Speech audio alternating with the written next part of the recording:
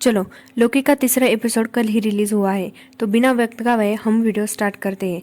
बस अगर आपने पहले 2 एपिसोड नहीं देखे तो ज़रूर देख लेना, लिंक आपको डिस्क्रिप्शन बॉक्स में मिल जाएगी।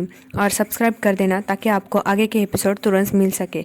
खैर, स्टार्ट करते हैं अगले एपिसोड। तो आपको क्या करना है, बस keep calm, take a breath for a while.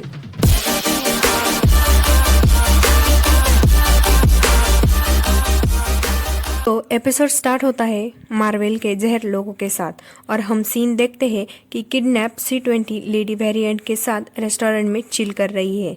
बीच में ही लेडी वेरिएंट उसे TVA के बारे में सवाल करती है, तो वो बेचैन सी हो जाती है। तभी हमें पता चलता है कि लेडी वेरिएंट का C-20 के दिमाग के साथ किया गया ये सब कुछ भ्रम था। उसी में लेडी वेरिएंट C-20 को उस लिफ्ट के बारे में पूछती है, जो C-20 बस इतना बताती है कि वो सोने की है। और सीन होता है रॉकस्टार के हमले के पहले का। इसके बाद जो हुआ वो हमें पता ही है।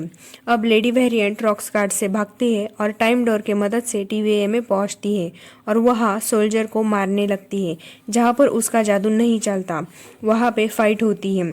उसके पीछे लोकी पहुंचता है और लेडी वेरिएंट उसके पीछे आता है। इनमें थोड़ी सी नोकझोंक होती है और लोकी उसे टीम बनने के लिए पूछता है, लेकिन बाद में वो कहता है कि तुम में वो काबिलियत नहीं, और लेडी वेरिएंट चिढ़ जाती है और वो लोकी को ढाल बनाती है। जब जज रमोना उसके सामने आती है, लेकिन जज रमोना को उससे कोई फर्क नहीं पड़ता और वो कहती है कि तुम लोकी को शॉक से मार सकती हो, और ये कहकर जज रमोना उन दोनों पर हमला कर देती है।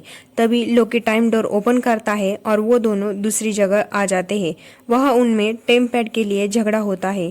पहले तो वो लेडी वेरिएंट के हाथ में आता है तो वो डिस्चार्ज होता है, तो लोकी अब अपना जादू चलाकर उसे अपने हाथ में ले लेता है और उसे अपने जादू से छिपा देता है। फिर से उन दोनों में नोकझोंक शुरू हो जाती है और ऊपर से कुछ गिरता है। लेकिन पहले तो उन्हें लगता है कि ये वो एक दूसरे की शक्ति है, लेकिन जब वो बाहर आते हैं तो उन्हें पता चलता है कि वो लेमेंटिस 1 एपोकैलिप्स के टाइमलाइन में है, जो 2077 में हुआ था। लेमेंटिस 1 एक चांद था जिससे एक ग्रह टकराने वाला था और उसी के टुकड़े उन पर गिर रहे थे। ये क्लास 1 एपोकैलिप्स होता है। अब लेडी वेरिएंट और लोकी एक दूसरे को बचाते हुए भागते हैं, क्योंकि टेम्पैड को चार्ज करना सिर्फ लेडी वेरिएंट को ही पता था और टेम्पैड लोकी ने जादू से अपने अंदर छुपाया था। पहले तो वो बचते हुए एक रिसर्च फैसिलिटी में पहुंचते हैं, जहां लेडी वेरिएंट लोकी पर अपना जादू ट्राई करती है, लेकिन उस पर जादू नहीं चलता। फिर थोड़ी सी नोकझोंक के बाद वो बिजली ढूंढने निकलते हैं ताकि टेम्पैड को चार्ज कर सके, और यहाँ से निकलते हैं। यह एक बात समझ आती है कि लेडी वेरिएंट को लोकी कहना पसंद नहीं। उसने अपना नाम सिल्वी रखा था और हम भी उसे सिल्वी ही कहेंगे। खैर, सिल्वी लोग और लोकी एक कस्बे में पहुंचते हैं जहां से सभी लोग निकल चुके होते हैं। वो दोनों एक घर के पास आते हैं। पहले सिल्वी तलवार लेकर दरवाजा खोलती है और एक औरत उन पर हमला कर देती है। तब लोकी अपना दिमाग लगाकर उसके पति का यानी कि पेड्रिस का रूप लेकर उसके सामने आता है और उसे रिझाने लगता है, लेकिन उसी के साथ भी वही होता है जो सिल्वी के साथ हुआ। तो सिल्वी उस औरत से बाकी लोगों के बारे में दूर से ही पूछती है, तो वो बताती है कि सभी अर्क गए हुए हैं। इस ग्रह से निकलने के लिए अर्क एक रैकेट है जहाँ से वो सभी इस ग्रह से दूर जा सके। तो सिल्वी कहती है कि वहाँ हमें अच्छी बिजली मिल जाएगी जिससे हम टेम्पैड चार्ज कर सकें। अर्क तक पहुँचने के लिए उन्हें एक ट्रेन लेनी होती है, लेकिन ट्रेन की लाइन काफ़ी लंबी होती है। तो लोकी गार्ड का रूप लेता है और सिल्वी को एक अमीर औरत बताकर अंदर घुसने लगते हैं, लेकिन सिल्वी को अपना जादू चलाना ही पड़ता है और वो दोनों बिना टिकट अंदर चले जाते हैं और एक जगह आकर बैठ जाते हैं, जहाँ पर वो दोनों एक दूसरे से बातें करते हैं अपनी माँ के बारे में, जहाँ सिल्वी को अपनी माँ के बारे में बस कुछ धुंधली सी याद ही रहती थी।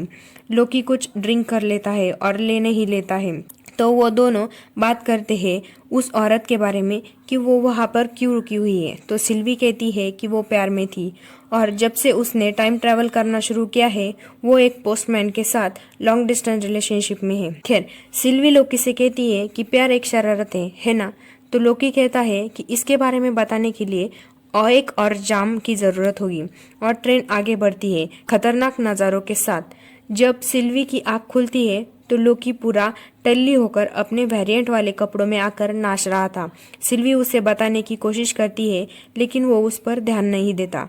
लोकी सिल्वी के पास आकर उस सवाल का जवाब देता है कि प्यार एक खंजर है, एक ऐसा हथियार जो दूर खड़े को भी जख्मी कर दे, जो खूबसूरत लगता है जब तक जख्म नहीं देता, लेकिन अंत में पाना चाहो तो मिलता नहीं। तो सिल्वी कहती है कि प्यार एक ख्याली खंजर है, जो डायलॉग मुझे बहुत पसंद आया।